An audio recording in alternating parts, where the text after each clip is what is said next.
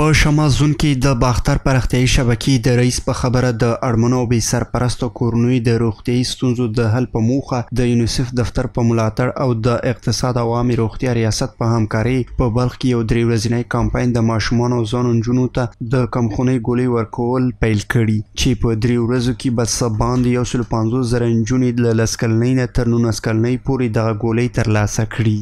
3 روز در ولایت بلخ آغاز شده 1,58,000 طفل دختر خانم که سنشان بین 10 الی 19 سال است. این کمپین در تمام ولایت بلخ برای 3 روز توسط کارکنان 30 جامعه 1800 نفر برای انداخته میشه.